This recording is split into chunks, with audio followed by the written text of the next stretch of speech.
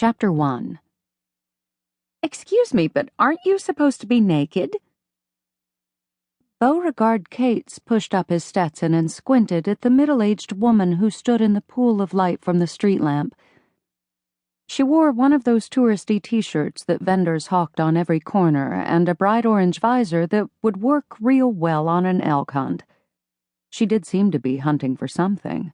Beau just wasn't quite sure for what. He'd been propositioned before, more times than he could count, just not when the woman's husband stood right next to her, a husband who looked as interested in the answer to the question as his wife seemed to be. "Maybe you have to pay him to take his clothes off." The man held up his digital camera and clicked off a few pictures, the flash momentarily blinding Beau. "Hell, we've had to pay for everything else in this frickin' town." The woman shot her husband an annoyed look before holding out her hand. "Give me a 20, Marty. Joan got a picture with the naked cowboy, and I'm not leaving New York City until I get one."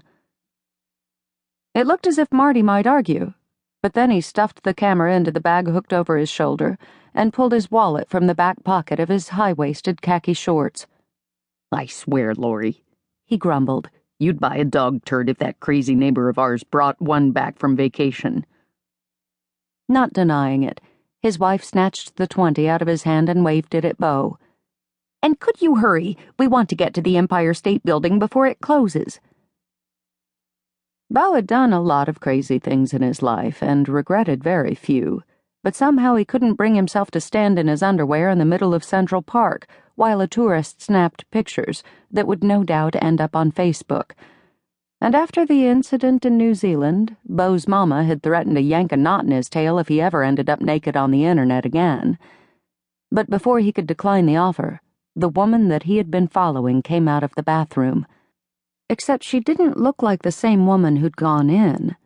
The ponytailed blonde hair had been tucked beneath a sleek black wig, and her waitressing outfit had been exchanged for a tiny white top and a skirt that showed off a good 90% of her mile-long legs. Not that Beau was a leg man. He was breastfed and proud of it. Still, he couldn't help but enjoy the toned calves and smooth thighs. But it wasn't her legs that gave the woman's disguise away. It was the determined tilt of her chin and the think green tote bag slung over her shoulder. He tried to remember the name he'd been given. Janine? Jennifer? A thump pulled his attention away from his thoughts, and he turned in time to see Marty rubbing his chest above the thick black strap of his camera bag. "What?" He glared at his wife. "You're going to get a picture with some naked guy and I can't even sneak a peek at a streetwalker?" "She's not the naked cowboy," Laurie huffed. "About that picture," Beau said as he uncrossed his boots and rolled up from the park bench, "I'm afraid I'm gonna have to give you a rain check." His gaze returned to the woman in the black wig who appeared to be having a hard time walking in her sky-high heels.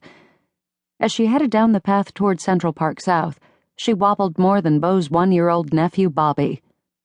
"A rain check?" Laurie sounded thoroughly disappointed. "But we're only here until Monday." Beau turned to her and pinned on his most brilliant smile. A smile that had gotten him out of more bad situations than he could count. "I'll tell you what, since you're gonna be here this weekend, what about if I leave you a couple tickets for the bull riding competition at the ticket window of Madison Square Garden?" He glanced over at Marty. "Then you can take dozens of pictures of different cowboys, a few who won't mind at all getting naked for you." "You ride bulls?" Marty asked. "Yep." Marty perked up. "No kiddin'? I didn't figure you for a real cowboy. I just figured that you ran around naked in a hat and boots for the money." "All part of the illusion that's New York City." Beau tipped his hat at them. "Y'all enjoy your vacation now." It didn't take him long to catch up with the woman. She moved a lot slower in the heels than she had in the black running shoes she'd worn when she came out of the restaurant. More than a few times she stopped to catch her balance and adjust the straps of the shoes. Pointy-heeled shoes that made her legs look twice as long.